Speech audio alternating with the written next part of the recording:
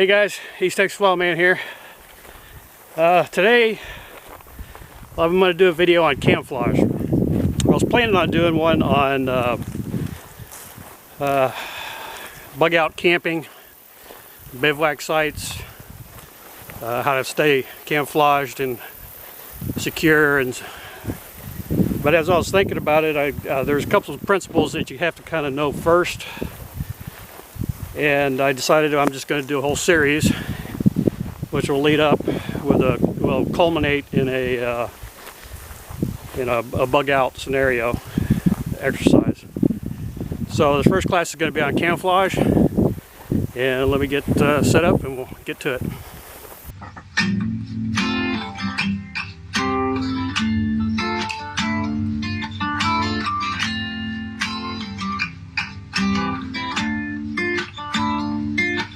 Mama told me when I was young, she'd sit beside me, my only son, and listen closely to what I say.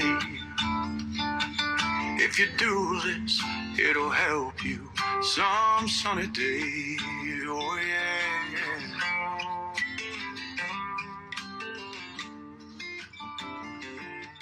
Take your time. Hey guys, okay, so I want to talk a little bit about camouflage. First thing is that your environment dictates your camouflage. If I'm in an urban environment, you're going to go with all the principles to be a gray man, to not stand out so that you can move without interference, without being followed, without people taking an interest in you. That's the whole point. You don't want people to notice you. You don't want anybody to say, hey, he might have something, whatever. But so your environment dictates it. Out here I have a woodland environment in East Texas. This time of year it's very green, very dark.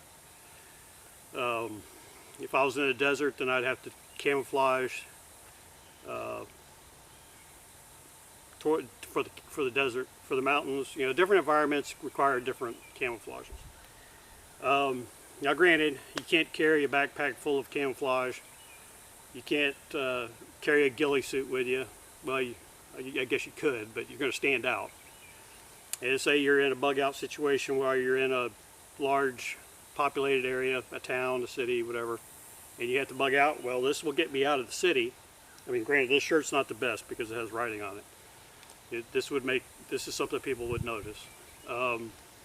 Just like my hat. This hat's not a good hat for the gray man situation. But anyway, you start out in an urban situation, you're wearing what you're wearing. Your street clothes, per se. In your backpack, this would not be a good backpack for the gray man, but just a regular old backpack in a muted color would be much better. So anyway, you move through the city, headed to a bug out location, you're headed home, and preferably you're traveling through the country and not on the roads. I hope you're not traveling on roads. I mean, I understand sometimes there's no choice, but that's the least favored thing to do. If you have to travel a road, it's best to be 100 yards off the road in the woods, traveling beside it. Anyway, in your backpack there's a few little things you can carry that will help you transition from an urban environment into the woodland environment and help you with your camouflage. What I carry is one pair of gloves, a neck gaiter, camouflage neck gaiter. This way I don't have to put on war paint, none of that stuff. I just put this down over my neck and pull it up over my face, and I can get pretty good camouflage out of that.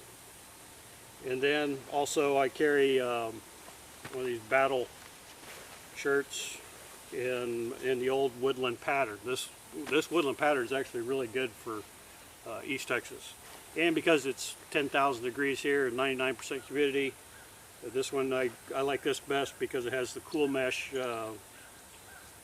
trunk. It allows it to breathe a little better because it's going to be hot. Now in the winter time I could change this for something more suitable for the temperature. But anyway, let me put this on real quick, and then we'll talk about a few of the things that just kind of highlights for consideration when camouflaging. Just give me a few seconds. Shazam! Okay, so I carry a few things. It helps me transition from an urban gray man into my woodland surroundings. And it's light. It's pretty cool. You can tell I'm sweating already though. But it covers a lot of stuff so that I can camouflage myself. I can hide better than wearing the urban clothes that I was wearing. This is not a camouflage. It's going to make me stand next to a tree and you walk right past me, you're not going to see me. That's not the kind of camouflage that I have or I'm even looking for. If I wanted that, I'd be using a ghillie suit. I'd be that walking bush in the woods all the time, which is not really feasible. If you ever wore a ghillie suit, you know they're really hot and they get snagged on everything, especially traveling through heavy brush like this. Whereas this is light, it protects me from brush. It also covers my arms, makes me blend in a little bit better. It's nothing real complicated. The pants are not the best, though this is a muted color. It kind of blends in with this trunk that I'm sitting on, you can see. But it is a little big, solid color. Muted, granted, but it's not the best. But this is what I have. And this is what I can carry. This whole package rolls into a little ball like this in the bottom of my pack. When I get out of the urban environment, I step off into the woods, I put this on, and I disappear. Now just a few things I did on my hat. You notice I took off my my flag, because that's something that the human eye will catch that. So I don't want that to be on my head. I also took off my sunglasses, which are a shiny reflective surface, which can draw attention to me. I did cover my watch. My watch is a shiny surface. You could remove your watch. Mine has my GPS and tracking information on it that I kind of want to use if I was making overland movement. What else? My pack is a muted color. This is, like I said, this is not the best pack for an urban environment, but once I get into the woods, this color is pretty good. It's easy. Now, if I left this pack sitting right over there, you'd be able to see it. But if I take this pack, throw some leaves on it, or a branch over it, or stick it in a brush pile, you're not going to see it unless you're looking specifically for it. So that's the whole point. The whole point of my camouflage is not to make me invisible. It's to mute me, just mute all the colors, mute my outline, mute everything to the environment I'm in. And then from there I can build upon this camouflage by placing weeds in me, covering, rubbing charcoal or dirt in my pants to make them a different blotchy colors, whatever. I can expand from this if I have to. This just gives me the ability to blend in. The whole idea of this is that I'm bugging out. I'm getting from location A to location B, whether that's going home or going to a bug out location, a rendezvous point, whatever it is. So I want to be able to move fast. And in Texas, in the summertime, and even into most of the fall, it's extremely hot and humid, so light is better. The more I'm sweating and overheating, the more water I need. So I want to be light. Now your environment may be different. You can live someplace that's cold, even in the summertime where it's chilly and gets cold at night. You're going to dress appropriately for that. So a couple of other things on camouflage real quick.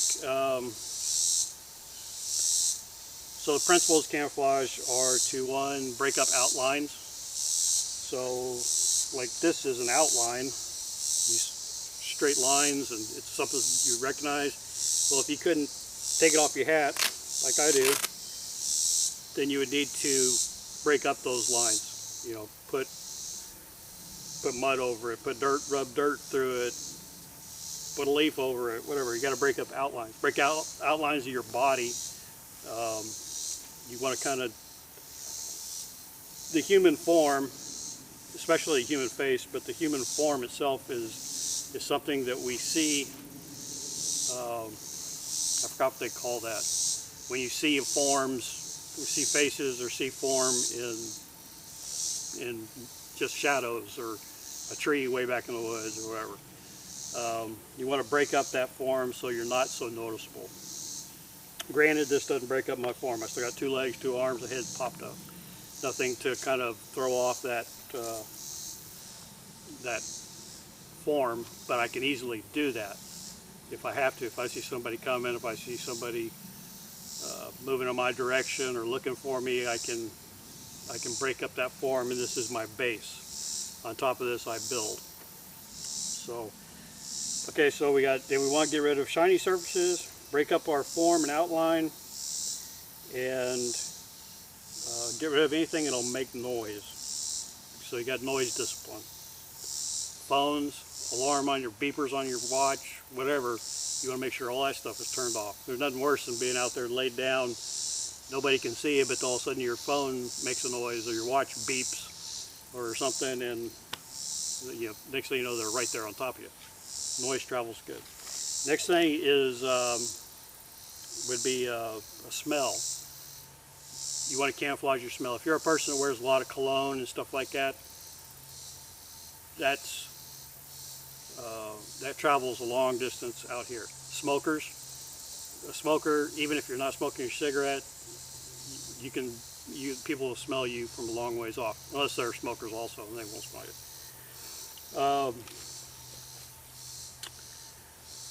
The other part of camouflage is movement, but I'll get into a whole nother video on that. I just wanted to kind of go over just a quick few little things you can do to camouflage your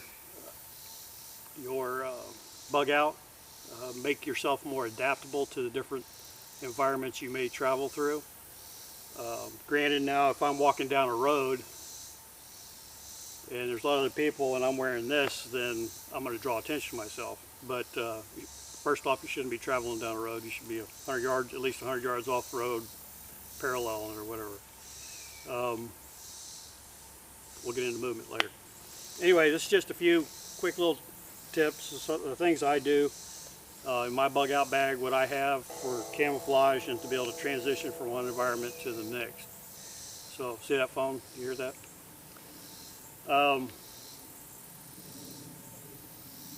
So if y'all have any questions, you have any comments, this is what I do.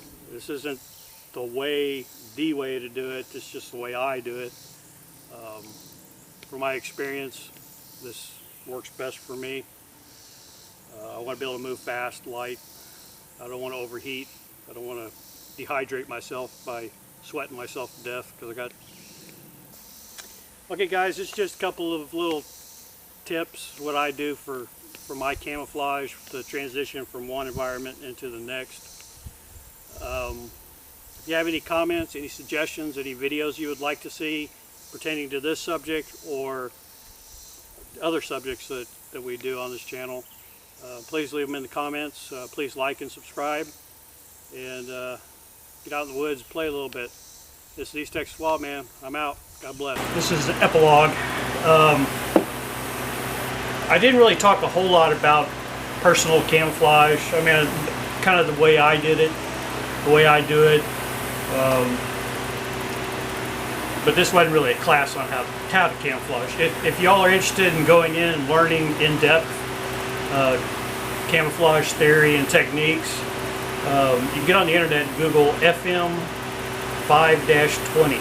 It's the Army Camouflage Manual, and it goes from everything from individual camouflage all the way up to camouflaging a permanent base and making decoy camouflage base, all kinds of stuff.